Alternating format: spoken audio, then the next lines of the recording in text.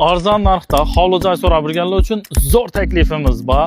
Urganchning yonginasida, ya'ni G'oybuda, Go'shtnaz mukamidan taxta bozor, shuni orqasida birisi 150 kvadrat metrli, ikkinchisi esa 200 kvadrat metrli hovli joyimiz sotiladi. Xullas, ko'rib turganlaringizdek hovli joyimizni katta etib taxlab qo'ydilar. Shifrlari bostirilgan. Har bir uyda o'zini balkoni bor, ya'ni katta balkonlar ham bor.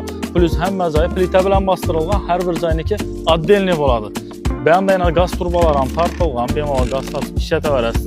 Svetdan, suvdan, kanalizatsiyadan ham muammosi yo'q. Oldindan shunday gengina joylari bor, bemalol mashinalaringizni qo'yib, xullas lazzatga yashaverasiz. 150 kvadrat metrlarning narxi 350 millionda tutdilar, 200 kvadratlarning esa narxi 400 millionda tutdilar. Kelishadigan joyi bor ustunda, xudo xolasa bemalol kelib, ayniqsa og'a ukalar yonma-yon yashaymiz desangiz, yana boshqa zo'r sharoitda taxlab qo'ydilar.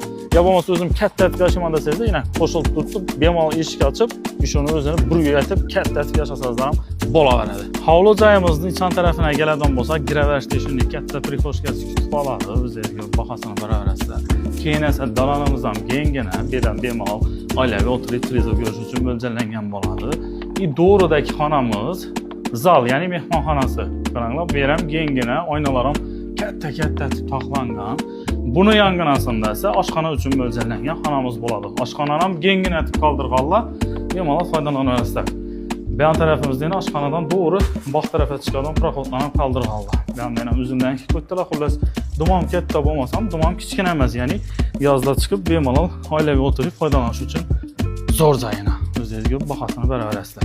Keyingi xonamizga keladigan bo'lsak, bu xonamiz birinchi etajdagi spalnisi bo'ladi. Xohlasangiz berni oshxona qilinglar, bu yerni spalni qilinglar, xohlasangiz berni oshxona qilinglar, bu yerni spalni qilinglar. Xullas, bu yerni o'zingizga bog'liq.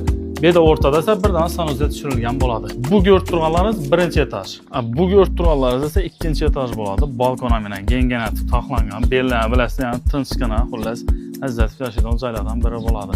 Bu yerda yana dalonimiz kengina, ikkinchi etajniki, plus birinchi xonamizni o'zingizga bahosini berasizlar. Bellar ham kengina taxlangan, xohlasangiz spalni qilasizlar, xohlasangiz zal. Yanında yana bir xona tushgan. Plus bu yerda sanuzeli bor.